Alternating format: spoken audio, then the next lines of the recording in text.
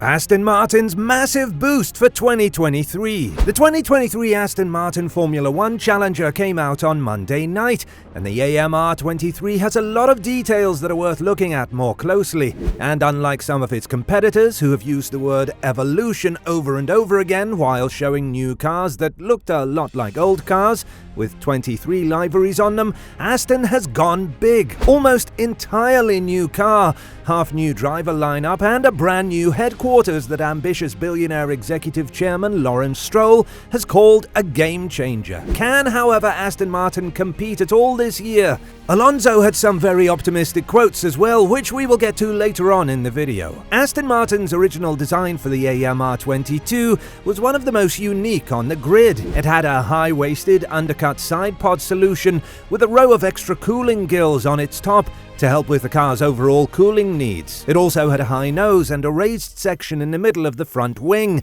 below right. We already know that the team quickly realized that another side pod solution had more potential, so they switched to a design with a downwash ramp, but it didn't change its mind when it came to the nose and front wing. That will change in 2023, when the team will use a solution more like what Mercedes used last year on its Challenger. For 2022, Aston Martin did something we've seen them do before, which you could call a shortcut. This means they took the best solution they could find and did their best to copy it. In this case, that was the RB18. Now, it did its best to copy Red Bull's design, but it couldn't copy it exactly because of how the car's radiators, coolers, electronics, and side impact protection spars were packed.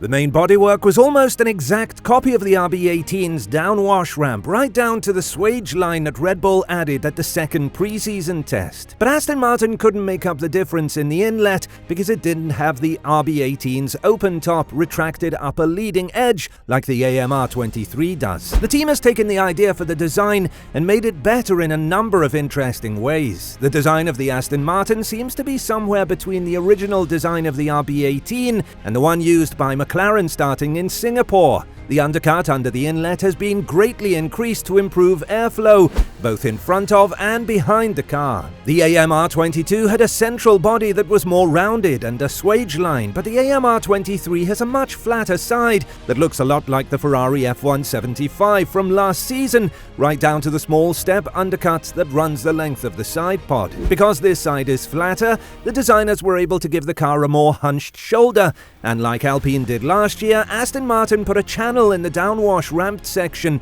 though the AMR 23 seemed to be deeper in order to direct the airflow to where it needs to go. The horseshoe-shaped cooling gill panel that was used after the team switched to the new side pod layout has also been thrown out. Instead, the designers have moved to a topside outlet on the shell-like engine cover. The bold approach continues with their upper cooling cannon, which sits over the back of the car and has a hunched shoulder. This gives the bodywork more room to taper down toward the Coke bottle area and gives the back suspension parts more room. Dan Fallows, the team's technical director, said that the new AMR 23 was 95% different from its predecessor and that the team had made some important changes for 2023. This includes a heavily redesigned front wing, new side pods with a much more aggressive sweeping inner ramp, and a different engine cover with a larger roll hoop inlet. Fallows says that Aston Martin didn't stop trying to push the limits of what was possible because it wanted to move up the grid. He said, "The design team was adamant that it wanted to follow all of these rules to the letter.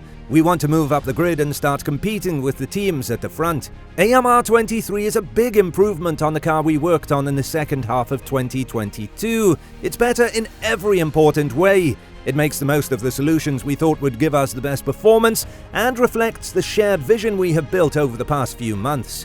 Alonso has left Alpine and signed a deal with Aston Martin for the next season and beyond. He spent the last 2 seasons with the French company. The 2-time world champion came back to F1 in 2021, hoping to compete for a 3rd title, even though there were new rules for cars. But at age 41, Alonso probably only has a few years left on the grid. Some people were surprised by his choice to join Aston Martin, but the Spaniard says he thought it was his best chance of success, since there was no room at the top 3 teams on the grid. In an interview for a German magazine, he said, "I love what I do. Of course, I'd like a car that can compete for the championship, but there's no room for me there. Taking into account what was on the market, Aston Martin is one of the teams that could do this in 2 or 3 years. At my age, it's important. I don't have all of time in front of me. If we end up as world champions, I will also be happy because I will be able to say that I helped make this title. I'm excited to start a new project and see it through as quickly as possible. Aston Martin's new factory, which will be finished in the next few months before the team moves there, is where the AMR23 was unveiled. The first phase of work should be done by this spring, and the last parts, like the wind tunnel and simulator, should be ready to use by the end of 2024. The team's owner, Lawrence Stroll, said that having access to the new facility would change everything for the team.